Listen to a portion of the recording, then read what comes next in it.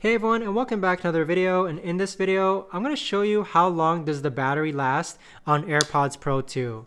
So this video is going to be particularly useful for individuals who just got their AirPods Pro 2. How long does the battery life actually last? How long can you use these on a full charge?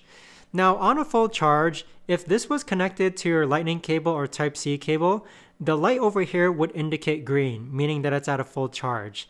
Now, once you start using these, you can use these for up to 30 hours of music, okay? But that's alongside with the case.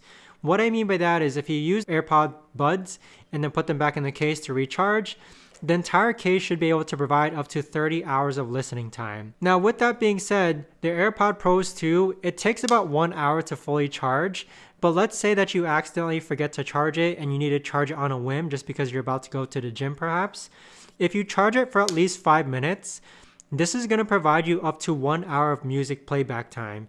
So 5 minutes is going to equate to about 1 hour of playback time. So it is pretty good as far as the charging goes, but I hope you found this video helpful as far as how long does the battery life last on your AirPod Pros 2. Thanks so much for watching everyone, and I'll see you guys all in the next video.